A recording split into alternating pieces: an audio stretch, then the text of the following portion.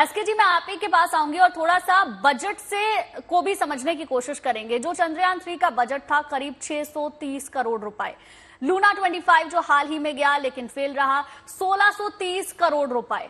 तो ऐसे में इतने कम संसाधनों के साथ भारत इतनी आगे तक पहुंचा और सफल लैंडिंग अगर करा देता है तो वैश्विक स्तर पर भारत की छवि कितनी ज्यादा ऊपर पहुंच जाएगी, इसके बारे में बताएं।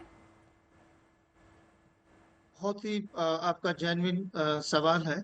और हम लोगों ने ये जो कम बजट का जो सिस्टम है जो जो तैयार हुआ है हमारा, मतलब इंटरनेशनल लेवल के हिसाब से अगर हम नासा का या उसका भी देखें तो उनके कई गुना महंगा जो बजट है वो तैयार होता है। बट इस वाले केस में जैसे आपने कहा कि 600 करोड़ है, उनका करीब 1600 करोड़ है। इसका मुख्य कारण ये भी है कि उनका जो समय निर्धारण था वो उन्होंने 11 अगस्त को शुरू किया था और 21 अगस्त तक पहुंचने का प्रयास था उनका 10 दिन के अंदर। हमने 42 दिन लिए। तो उनके पास नेचुरली जो इंजन है वो बहुत ही ज्यादा पावरफुल है। वो हम कम से कम 10 गुना शक्ति वाले इंजन उनको चाहिए।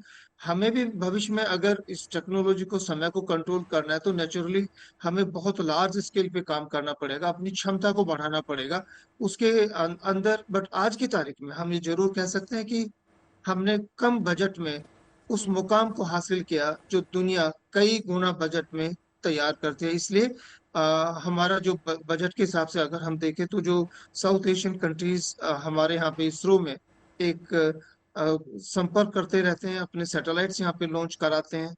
ये तो हमारा मतलब बिजनेस दृष्टि से अगर हम इसको देखें तो ये बहुत अच्छा हमारे लिए एक मार्केट तैयार हो रहा है इसरो का, कि सस्ते में हम सैटेलाइट लॉन्च करके दुनिया एसके को वो जी, ना सारी सिर्फ सुविधाएं दे बजट सकते के हैं। लिहाज से, जो मेरा अगला सवाल है नीरज जी आपसे है, क्योंकि बजट के लिहाज से तो हमने बहुत कम संसाधनों में बहुत हद तक कामयाबी पा ली है, लेकिन अगर वैश्विक स्तर पर देखें 7 दशक में 111 बार चंद्र पर जाने की कोशिश की गई, चांद पर जाने की कोशिश की गई। अमेरिका 13वीं बार में सफल हुआ, रूस 6ठी बार में सफल हुआ। अगर हम सफल हो जाते हैं तो अपने आप में इतिहास रच देंगे वैश्विक स्तर पर भी। बिल्कुल सही कह रहे हो आप। अ, मतलब हमें ना, जब से इसरो ने अपने मिशंस को तैयार करना शुरू किया है, तो इसरो ने एक चीज बड़ी साफ कर दी है कि हमारे जो भी मिशंस होंगे वो हम इस तरीके से करेंगे कि जिसकी लागत सबसे कम हो।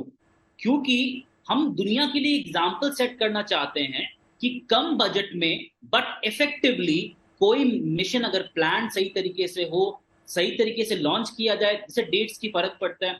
अब रशिया ने बहुत अभी जस्ट अभी लॉन्च किया अपना मिशन, और उसने ऑलमोस्ट 3 गुना बजट लगा के लॉन्च किया, और वो चलो वो फेल हो गया, वो अलग मैटर है, वो एक डिफिकल्टी सिचुएशन है जो किसी के साथ भी हो सकता है।